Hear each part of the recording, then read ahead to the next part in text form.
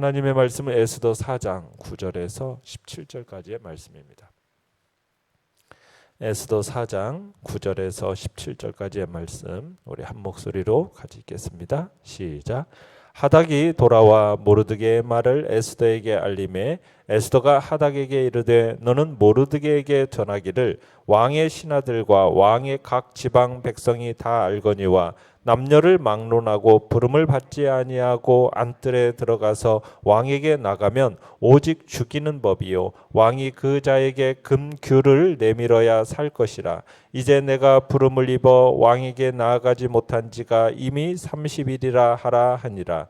그가 에스더의 말을 모르드게에게 전하매 모르드게가 그를 시켜 에스더에게 회답하되 너는 왕궁에 있으니 모든 유다인 중에 홀로 목숨을 건지리라 생각하지 말라. 이때에 내가 만일 잠잠하여 말이 없으면 유다인은 다른 데로 말미암아 노임과 구원을 얻으려니와 너와 내 아버지 집은 멸망하리라. 내가 왕후의 자리를 얻은 것이 이때를 위함이 아닌지 누가 알겠느냐 하니 에스더가 모르드게에게 회답하여 이르되 당신은 가서 수산에 있는 유다인을 다 모으고 나를 위하여 금식하되 밤낮 3일을 먹지도 말고 마시지도 마소서. 나도 나의 시녀와 더불어 이렇게 금식한 후에 규례를 어기고 왕에게 나아가리니 죽으면 죽으리이다 하니라. 모르드게가 가서 에스더가 명령한 대로 다 행하니라. 아멘. 오늘 말씀에 적으면 죽으면 죽으리이다 라는 제목으로 말씀을 나눕니다. 어제 에스더의 신복 하닥이 베옷을 입고 슬퍼하는 모르드게를 찾아갑니다. 모르드게는 하만이 유대인들을 모두 학살하기 위해서 왕의 금고에 돈을 들여놓는 일에 대해서 하닥에게 상세하게 알려주죠. 그리고 그 증거로 하만이 작성한 조서 초본을 에스더에게 가져다 주라고 합니다. 자, 모르드게는 에스더에게 속히 아하수에르 왕에게 나아가서 위기에 처한 자기 백성을 위해서 간절히 구하라고 부탁을 합니다. 하닥이 에스더에게 돌아와서 이 모든 일을 고하죠. 에스더도 하만의 이 악한 음모에 대해서 큰 충격을 받았지만은 참 난감해합니다. 내용 관찰 문제 1번을 보시면 에스더가 모르드게의 요청대로 왕 앞에 나아가 부탁하기 위해서는 어떤 위험을 감수해야 했습니까? 11절에 보시면 자기 백성을 구하기 위해서는 분명 왕에게 나가야 되는데 왕이 부르지 않는데도 왕에게 나아갔다가는 자칫 잘못하면 목숨을 잃을 수도 있다라는 겁니다. 에스더는 이 법에 대해서 모르드게뿐만 아니라 세상 모든 사람들이 알고 모든 이에게 항상 적용된다는 사실을 강조하기 위해서 11절에서 그렇게 얘기하는 거죠. 왕의 신하들과 왕의 각 지방 백성이 다 알거니와 남녀를 막론하고 라는 표현을 통해서 이 법을 어긴다라는 것은 참 어려운 일이라는 거예요. 이런 상황에서 유일하게 살 수 있는 길은 뭡니까? 왕이 불쑥 찾아온 사람을 환영하고 반기는 것밖에 없습니다. 자, 그런데 문제는 에스더가 지난 한 달 동안 왕의 부름을 받지 못했다라는 거예요. 그러니 왕을 찾아간다라는 것은 모험일 수밖에 없는 거죠. 자, 에스더는 하닥을 통해서 이 상황을 급하다라는 것을 알기는 했는데 자신의 입장도 지금 난처하다는 것을 솔직하게 모르드게에게 전합니다. 자, 에스더의 말을 전해 들은 이 모르드게가 이 에스더의 변명을 수용하지를 않습니다. 그러면서 단호하게 말을 합니다. 에스더에게 혼자 살 생각을 하지 말라는 겁니다. 만약 에스더가 나서지 않고 침묵한다면 이스라엘 사람들은 분명 다른 데로 말미암아 구원을 받게 될 거라는 거예요. 하나님은 분명히 다른 방법으로 자기 백성을 구원하실 거라는 거죠. 그러나 그녀와 그녀의 집안은 온전하지 못할 것이다. 지금 이렇게 확신에 차서 이야기를 합니다. 더 나아가서 14절에서 그런 얘기를 하는 거죠. 모르드게가 에스더에게 자신이 왜 그 위치에 서 있는지를 생각해보라. 이렇게 지금 도전을 합니다. 그러니까 이 날을 위해서 에스더 네가 바사왕의 왕비가 된 게 아니겠느냐라는 그런 논리로 이야기를 하는 거죠. 비록 모르드게가 지금 하나님을 언급하시는 않지만은 지금 이 모르드게의 의도는 분명한 겁니다. 주님께서 에스더를 들어서 지금 자기 백성을 구원하기 위해서 수년 전에 지금 그녀를 아하수에로의 아내로 삼으셨다라는 이런 논리인 거죠.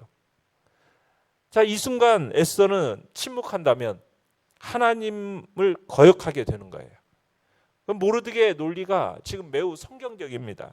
에스더가 왕비의 자리에 올라간 것은 이때를 위한 것, 이 사명을 위한 것이 아니겠느냐는 이야기죠.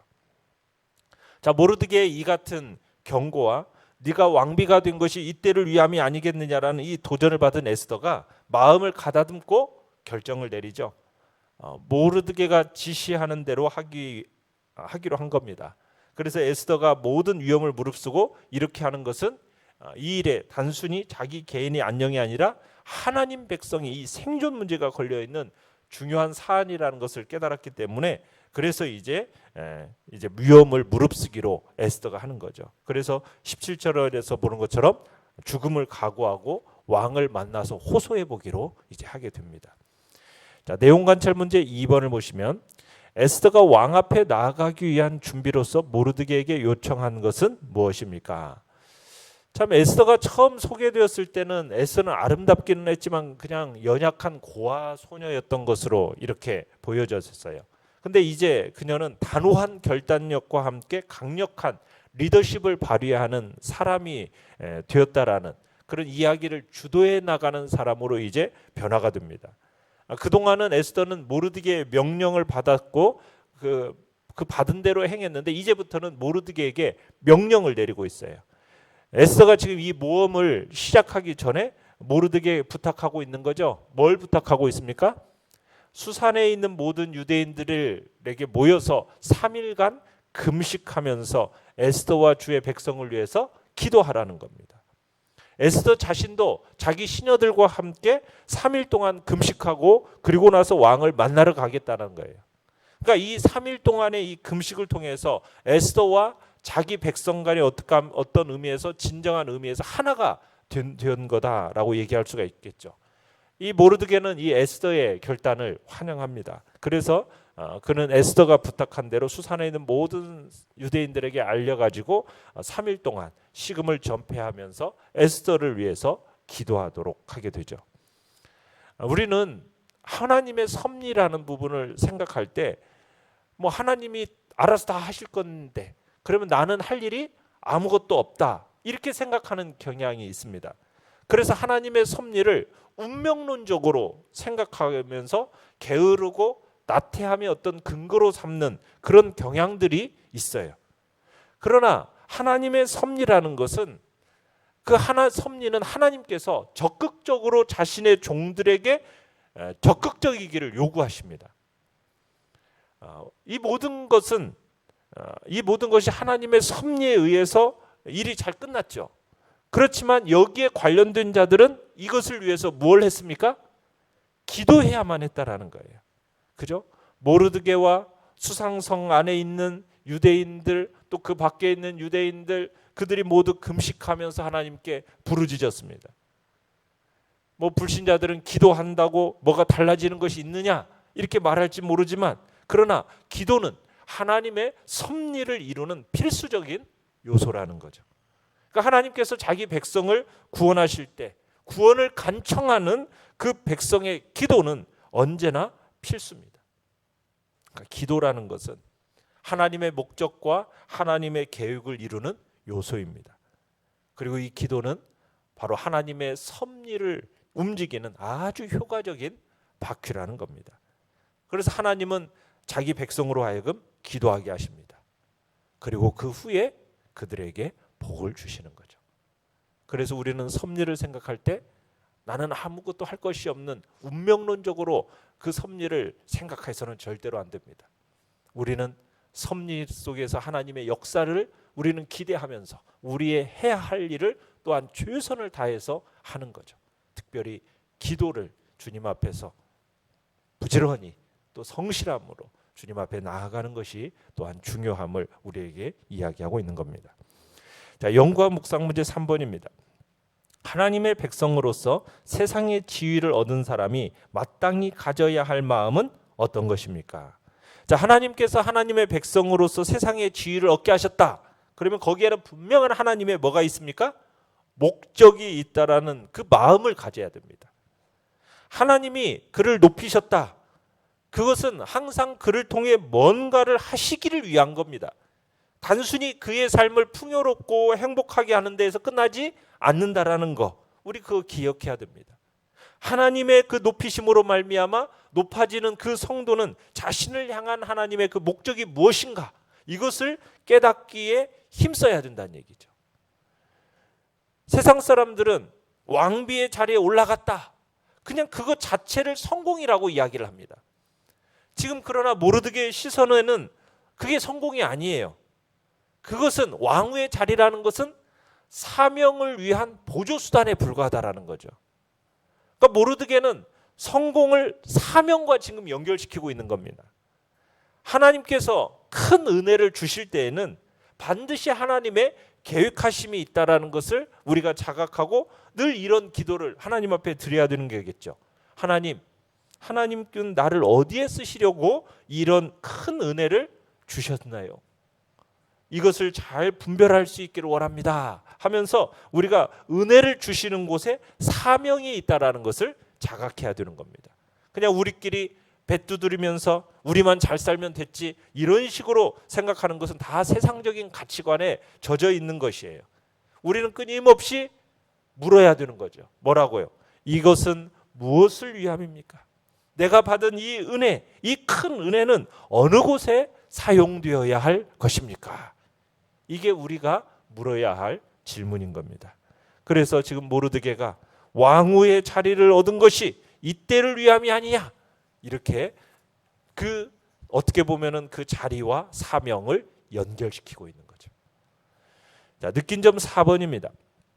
동족과 함께 기꺼이 죽음의 위험에 처하고자 하는 왕후 에스더의 모습을 볼 때 무엇을 느낍니까?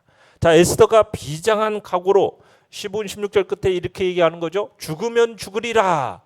이 말로 표현한 것은 민족 구원을 위해 일어서는 어떤 에스더의 결연한 의지, 결단, 이것을 느끼게 하는 겁니다. 처음 모르드게가 민족 구명을 위해서 왕에게 나아가서 탄원하라, 이 당부를 들었을 때만 해도요, 마치 자기는 그 왕 앞에 나아갈 수 없다라는 그 입장으로 자기 처지만을 먼저 이야기했었어요.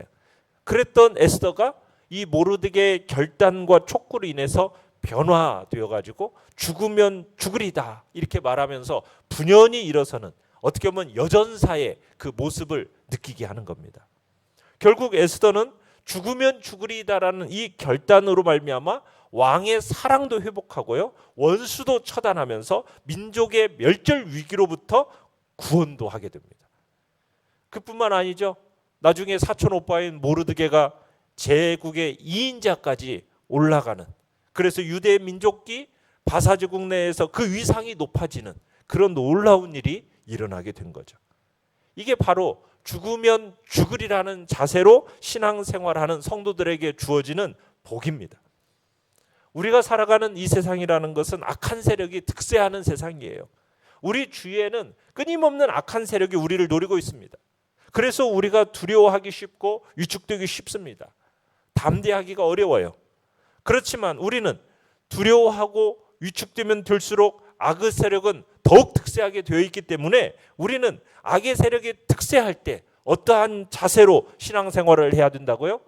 죽으면 죽으리다라는 그런 각오와 결단으로 신앙생활을 해야 된다는 얘기입니다. 그렇게 신앙의 원수들과 담대하게 맞서야 된다는 거예요. 그렇게 우리가 하나님의 나라와 그의 의를 위하여서 분연히 일어서야 할 것을 우리에게 도전하고 있는 겁니다. 그래서 주님은 마태복음 16장 25절에서 이렇게 말씀하시는 거죠. 누구든지 제 목숨을 구원코자 하면 잃을 것이요, 나를 위하여 제 목숨을 잃으면 찾으리라. 우리가 주님을 위해서 우리를 희생하게 될 때 영원한 생명을 얻게 될 거라는 말씀입니다. 그러나 하나님은 우리가 당신을 위해서 희생하고자 할 때에 악한 자들이 그 생명을 해하도록 보고만 계시지 않는다는 겁니다. 우리가 죽을 각오로 하나님의 일을 하게 될 때 놀라운 역사가 일어나게 될 것을 말씀하고 있는 거죠. 원수로 우리 앞에 무릎을 꿇게 하시고 많은 구원의 역사가 일어나게 하신다는 겁니다. 우리는 에스더처럼 죽으면 죽으리라는 각오와 결단을 가지고 하나님이 부르신 그 부름의 자리에서 우리들을 힘써 들어가겠다고 다시 한번 각오하시고 결단하며 주님 앞에 드리는 은혜의 역사가 있기를 간절히 축원합니다. 결단과 적용 5번입니다.